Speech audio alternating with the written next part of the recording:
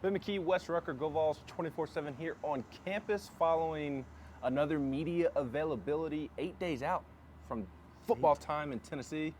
8 days, I guess more like 7 days we'll be headed to Nashville, but football is in 8 days, and today we got to talk to Tim Banks, Tennessee's defensive coordinator. And one thing that I'm interested in always seeing at the beginning of the season is how defenses tackle, and that's what I led off with asking Tim Banks today, and he seemed fairly comfortable and confident with the work that they've been able to put in this fall camp, and confident in his team that they're going to be able to go out and tackle the way that they need to. Yeah, it's just a new era of football, right? It has been for a little while now. The days of two-a-days and full pads and really hitting and really full tackling and everything, that's done. It's not coming back, all right? I mean, some days it's like we're fortunate they get to tackle at all anymore, right? In this era, as big and strong as they are and what we know about science.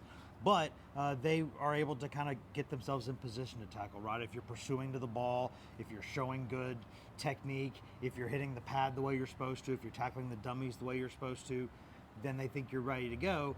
But the main thing is, like General Nealon said, right? Pursuit, gang tackle. Because early in the season, you're going to miss some, so you got to be swarming to the ball. Yeah, and to me, there's two big questions with Tennessee's defense right now. The secondary as a whole, although I do think safeties are the bigger question mark than corner, because you know what the bodies are going to be at corner.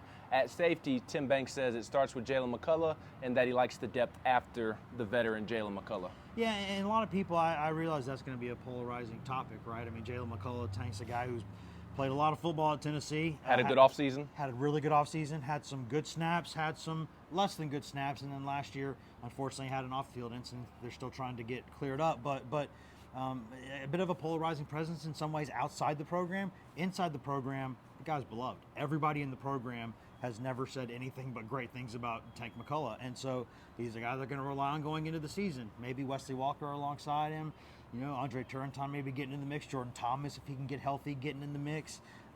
They've got some options there, but it's going to start with Jalen McCullough, and if he plays well enough, it'll be Jalen McCullough throughout the year. If not, we'll see. Yeah, and I know that's kind of been a conversation year after year after year, it seems like, but I do feel like they actually have bodies this time that can replace Tank if he doesn't play well this first month of the season. The other question on the defense is at that edge rusher spot, replacing Byron Young.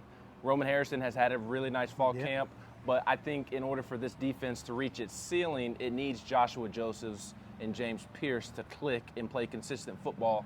And Tim Banks said that he feels like both of them have gotten significantly better, not consistently better, but significantly better this fall camp. Well, you look at both of them, and they look like future first, second round draft picks, don't they? I mean, physically, they were such highly touted prospects for a reason. They're really good athletes, right? They're really long, they're lean, they're athletic, they can run to the ball, they can play a little bit in space. They can do it. They just have more length and more upside than Roman Harrison does. I like Roman Harrison, always have, and I think he's going to have a big, important role in this defense. He's a guy who's going to have some really big plays throughout the year, but he's got to prove he can hold up against the run. There's other things just physically that he's got to prove he's going to be able to handle consistently. And if he's not able to do that, then they're really going to miss Byron Young even more than they thought. So those kids like that, those young pups, and they've recruited so many 4-star, 5-star edge types the past couple of years. Caleb Herring is in that mix too, a couple they've got now.